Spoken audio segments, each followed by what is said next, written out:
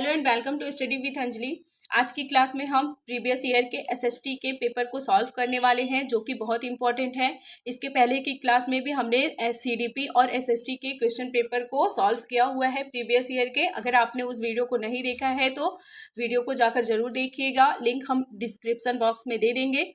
और आज का वीडियो देखते हैं कि आज के क्वेश्चन क्या है। पहला क्वेश्चन देखेंगे, मध्यकाल में दिल्ली के शासकों के संदर्भ में निम्नलिखित का मिलान कीजिए और उपयुक्त विकल्प का चुनाव कीजिए। पहला क्वेश्चन पूछा है कि इसका कार्यकाल पूछा है, तो तोमर का कार्यकाल हम देखेंगे आरंभिक 12वीं शताब्दी 1165 का है इनका कार्यकाल, और अनंगपाल जो है उनका कार्यकाल है 1130 से 1145। चौहान का जो कार्यकाल है उनका कार्यकाल कितना है? चौहान का कार्यकाल है कितना कार्यकाल है उनका? 1165 से 1192। कहीं कहीं थोड़ा बहुत डिफरेंट मिलता है, 1165 से 1192 है चौहान का। पृथ्वीराज चौहान का देखेंगे हम, ये चौहान वंशज है और 1175 से 1192 में पृथ्वीराज चौहान का था। तो इसके हिसाब से हम मिला लेते हैं। ऑप्शन जो ए का दूसरा दिया है पहला ऑप्शन है, तो ए का जो है तोमर का पहला दिया है यह बिल्कुल गलत है, यह गलत हो जाएगा। दूसरे में ए का तीसरा दिया हुआ है, यानी कि ए का तीसरा आरंभिक 12वीं शताब्दी 1165। इसका राइट आंसर क्या हो जाएगा? ऑप्शन नंबर 2, ए का तीसरा, बी का चौथा, सी का दूसरा और डी का पहला।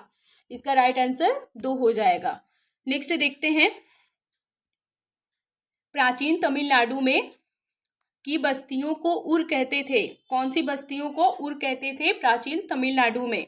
पहला दिया है व्यापारियों, दूसरा है कुलीनों या अभिजातियों को, तीसरा खेतिहरों किसानों को, चौथा है शिल्पकारों के। प्राचीन तमिलनाडु में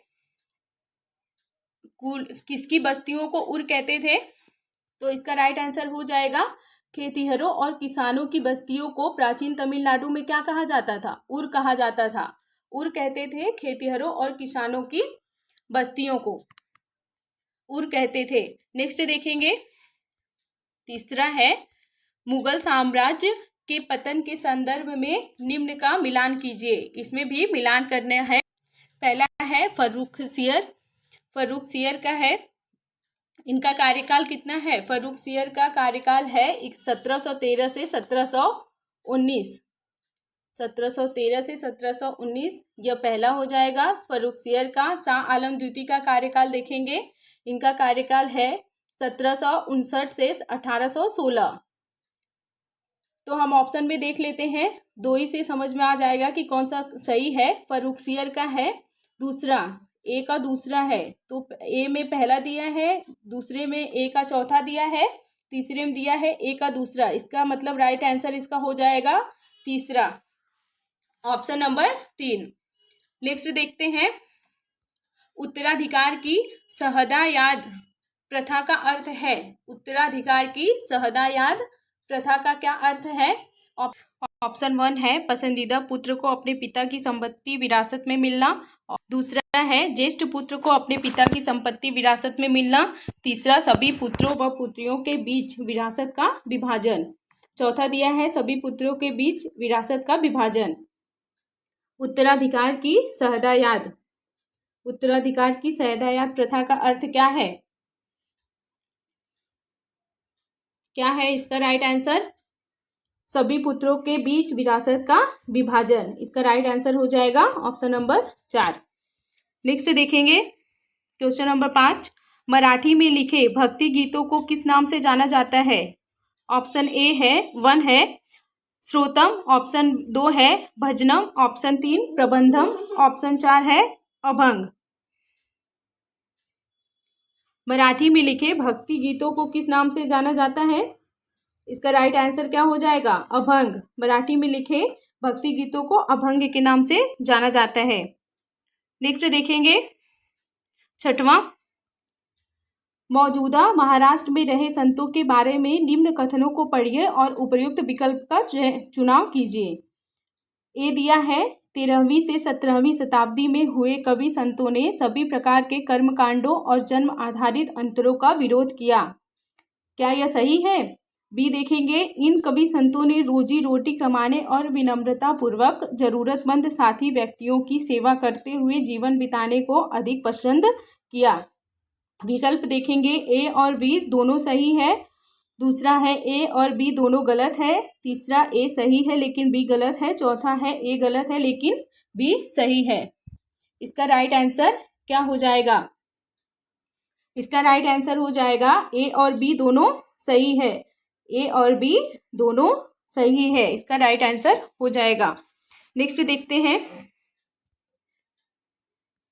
कौन सही सुमेलित है? कौन सही सुमेलित है? और ए देखेंगे, बख्शी सैनिक वेतनाधिकारी। बख्शी कौन होता है? सैनिक वेतनाधिकारी, यह सही है। सद्र किसको कहते हैं? धार्मिक व धर्मार्थ किए जाने वाले का मंत्री। धार्मिक व धर्मार्थ किए जाने वाले को मंत्री को क्या कहते हैं? सद्र। तीसरा है इक्तादार, सैन्य कमांडर को इक्तादार कहते हैं। डी है कोतवाल, नगर का पुलिस अधिकारी, कोतवाल। इसका विकल्प देखते हैं, केवल सी और डी, केवल ए बी और सी, केवल ए और बी। इसका चौथा है ए बी और डी। इसका राइट आंसर क्या हो जाएगा? इसमें से कोई नहीं है, क्योंकि ए बी सी और डी होना चाहिए, क्योंकि इसमें सारा ऑप्शन सही है। इसका राइट आंसर कोई नहीं है इसमें। नेक्स्ट देखेंगे, निम्न में से कौन सा शब्द मध्य प्रदेश में घुमंतू खेती के लिए इस्तेमाल होता था? ऑप्शन 1 है बिगहा, दूसरा है बेवड़, तीसरा बैगा और चौथा है महल। घुमंतू खेती के लिए इस्तेमाल होता था, मध्य प्रदेश में घुमंतू खेती के लिए इस्तेमाल होता था। कौन सा शब्द? मध्य प्रदेश में घुमंतू खेती के लिए बेवड़ का शब्द का यूज होता था, बेवड़। इसका राइट आंसर हो जाएगा बेवड़। देखते हैं नेक्स्ट, 9वीं सदी के आरंभ में सामाजिक परिवर्तन के संदर्भ में कथनों ए एवं बी को पढ़ें तथा सही विकल्प चुने। ए दिया है, 19वीं सदी की शुरुआत से ही हमें सामाजिक रीति रिवाजों और मूल्य मान्यताओं से संबंधित बहस मुबाहिसे और चर्चाओं का स्वरूप बदलता दिखाई देता है।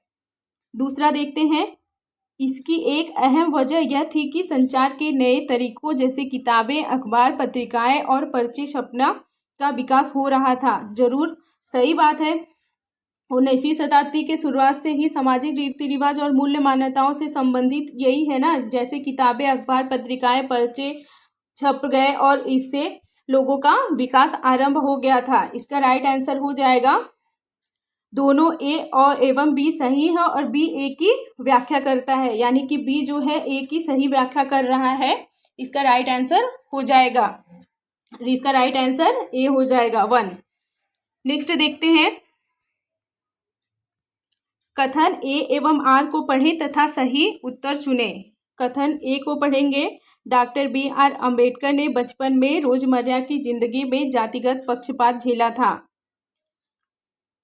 इसका कारण दिया है, डॉक्टर बी आर अम्बेडकर के पिता एक सैनिक स्कूल में पढ़ाते थे। इसका जो कारण है क्या ए से मैच हो रहा है? इसके कथन से इसका कारण मैच हो रहा है? देखते हैं, ए और आर दोनों सही है और आर सही व्याख्या करता है ए की, गलत है, क्योंकि जो आर है कारण इसका दिया है ए की सही व्याख्या नहीं कर रहा है। इसका आंसर क्या हो जाएगा? ए और आर दोनों सही, लेकिन आर जो है सही व्याख्या नहीं है ए की। इसका राइट आंसर हो जाएगा दूसरा। नेक्स्ट देखेंगे, ऐसे प्रश्नों का ट्रेंड है, ऐसे प्रश्न जरूर पूछे जाते हैं। निम्न कथनों ए और आर को पढ़िए और उपयुक्त विकल्प का चयन कीजिए। कथन पढ़ेंगे, ईवी रामास्वामी ने भूतपूर्व मद्रास प्रेसिडेंसी में स्वाभिमान आंदोलन शुरू किया। कारण उसका दिया है, उन्होंने ऐसे लोगों को समाज में जातिगत भेदभाव के खिलाफ संघर्ष कराने के लिए किया। ए और आर दोनों सही और जो ए है वह आर की सही व्याख्या करता है।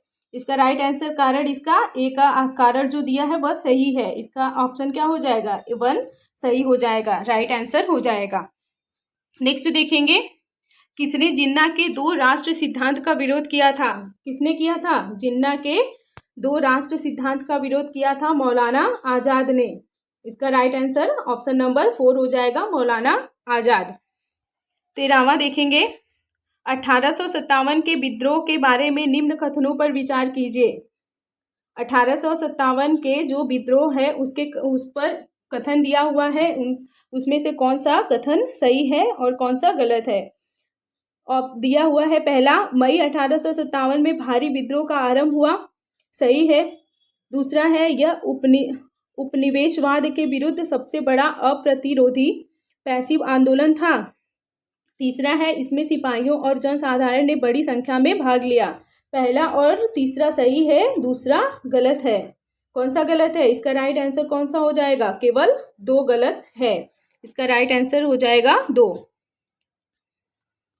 नेक्स्ट देखेंगे, ए और बी कथनों पर सहायक संधि के संदर्भ में विचार कीजिए और सही विकल्प का चयन कीजिए। ए दिया है, भारतीय शासकों को अपनी स्वतंत्र सशस्त्र सेना रखने की अनुमति थी। दूसरा है, भारतीय शासकों को ईस्ट इंडिया कंपनी को भुगतान करना पड़ता था। क्या स्वतंत्र सेना रखने की अनुमति थी? नहीं थी। इसका मतलब ए क्या है? गलत हो जाएगा और बी सही हो जाएगा। भारतीय शासकों को ईस्ट इंडिया कंपनी को भुगतान करना पड़ता था। इसका राइट आंसर क्या हो जाएगा? ए और बी दोनों सही है। ए सही है लेकिन बी गलत है।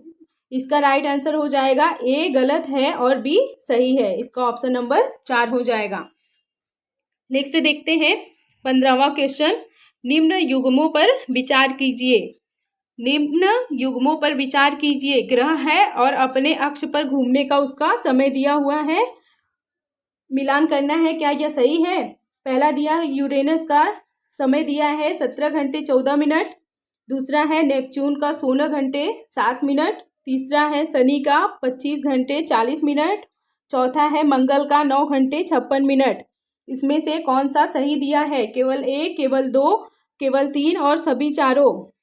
क्या चारों सही हैं? इसका राइट आंसर क्या हो जाएगा? केवल 2। कौन कौन सा? यूरेनस का 17 घंटे 14 मिनट सही है, नेपच्यून का 16 घंटे 7 मिनट, केवल 2 सही है। इसका राइट आंसर हो जाएगा।